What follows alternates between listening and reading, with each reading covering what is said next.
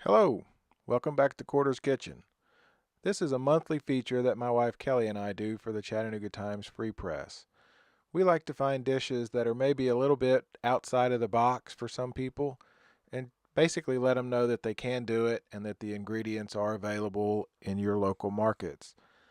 This month, with Cinco de Mayo being this weekend, we decided to do tacos with skirt steak. We also served it, as you see in the picture, with black beans and several different sauces that we got at the local Mexican or Hispanic markets. Chili is the basis for the whole thing.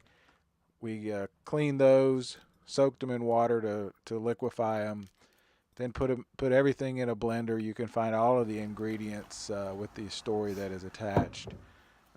Pretty simple. We did the adobo early in the morning, rubbed it on the meat, and let the meat marinate. And then later that evening, as we were getting ready for dinner, cooked the meat on the grill,